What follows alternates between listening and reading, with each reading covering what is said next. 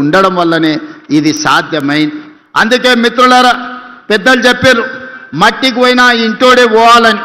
మరి ఇవాళ మన గల్లీలో లేదా మన కాలనీలో పనులు జరగాలంటే కౌన్సిలర్ మనోడై ఉండాలనా లేదా మీరు ఒక్కసారి ఆలోచన చేయండి. మన ఎమ్మెల్యేతోని మన మంత్రి దగ్గర పోయి కూర్చొని నాకు కావాలి అని అడిగేటోళ్ళు ఉంటేనే కదా సమస్య పరిష్కారం అయ్యేది.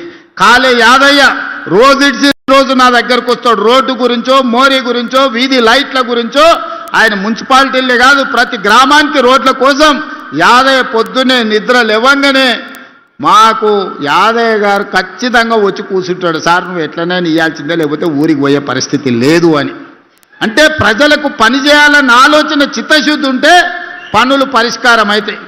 అడగంది అమ్మైనా అన్నం పెట్టాడని చెప్పారు. మరి ఇవాళ అడగకుండా పనులు జరుగుతాయా? ఇవాళ మూసీ ప్రక్షాళన మనం చేసుకుందాం అనుకుంటున్నాం. అనంతగిరి వికారాబాద్ కొండల్లో పుట్టిన మూసీ నది, ఈసా నది ఈరోజు ఒక పక్కన గండిపేట, హిమాయత్ సాగర్, ఉస్మాన్ సాగర్ నుంచి ఈరోజు మనకు బాపు ఘాట్ వరకు రెండు కలిసి ప్రవహిస్తున్నాయి. ఆ తర్వాత హైదరాబాద్ నగరం నుంచి కృష్ణా నదిలో కలిసే వరకు నల్గొండ జిల్లా వాడపల్లి వరకు పోతున్నది. మూసీ నది ప్రక్షాళన చేసుకుంటామంటే లేదు లేదు చెయ్యడానికి వీలు లేదు. ప్రజలు కాలుష్యంలోనే బతకాలని బీఆర్ఎస్ వాళ్ళు, బీజేపీ వాళ్ళు ధర్నాలు చేస్తారు. మన వాళ్ళు పోయి మూసీలో ఉన్న కాలనీలలో వండుకున్నారు. వరదొచ్చినప్పుడు నేను అడిగిన, మరి పోండా ఇప్పుడు మూసీ దగ్గర పోయి పండుకోండి చూద్దాం, మూసీలో కొట్టుకపోయి కృష్ణాలో తేలుతారు పోండి అని. ఎవడు అక్కడ దిక్కుపోలే. ఎంతసేపు చేసే అభివృద్ధికి కాళ్ళ కట్టెబెట్టాలన్న ఆలోచన తప్ప అభివృద్ధి చేసుకోవాలన్న ఆలోచనే లేదు.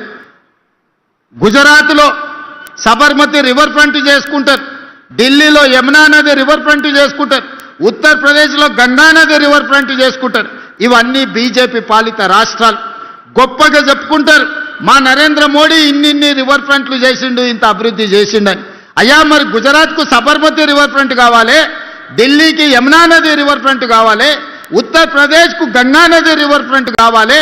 మరి మా హైదరాబాద్కు యమునా నది, మా మూసీ నది రివర్ ఫ్రంట్ వద్దా అని నేను అడుగుతున్న బీజేపీలో. ఏం దరిద్రం వచ్చింది మీకు? మీ నెత్తి మీద ఏమన్నా దరిద్రం ఉందా? మా మూసీ ప్రక్షాళన చేసుకొని మేము మంచిగా బతుకుతాం అనుకుంటే మాకు అడ్డం పడుతుండ్రు. ఇవాళ పేదోళ్లకు మంచి ఇండ్లు కట్టిస్తాం, మంచి స్కూల్ కట్టిస్తాం, వాళ్ళ పిల్లలకు మంచి పాఠాలు చెప్పిస్తాం మూసీ నది ఒడ్డున ఉన్నోళ్ళకంటే, లేదా మూసీ మురికిలోనే వాళ్ళు బతకాలని ఇవాళ బీజేపీ వాళ్ళు, బీఆర్ఎస్ వాళ్ళు అడ్డం పడుతున్నారు. ఎందుకు నేను ఇవన్నీ చెప్తున్నా అంటే ఇవన్నీ పట్టణ ప్రాంతాలలో ఉన్న అభివృద్ధి కార్యక్రమాలు. ఈ పట్టణ ప్రాంతాలలో నిన్నటి వరకు బీఆర్ఎస్, బీజేపీ కౌన్సిలర్లు, కార్పొరేటర్లుగా ఉన్నారు. ఇవాళ వాళ్ళ దరిద్రం వదిలింది, ఆ చీడ పోయింది. మళ్ళీ ఈ ఎన్నికల్లో మంచోళ్ళని తెచ్చుకోకపోతే మళ్ళీ వాళ్ళే మోపైనరు. అంటే మనం ఈ అభివృద్ధి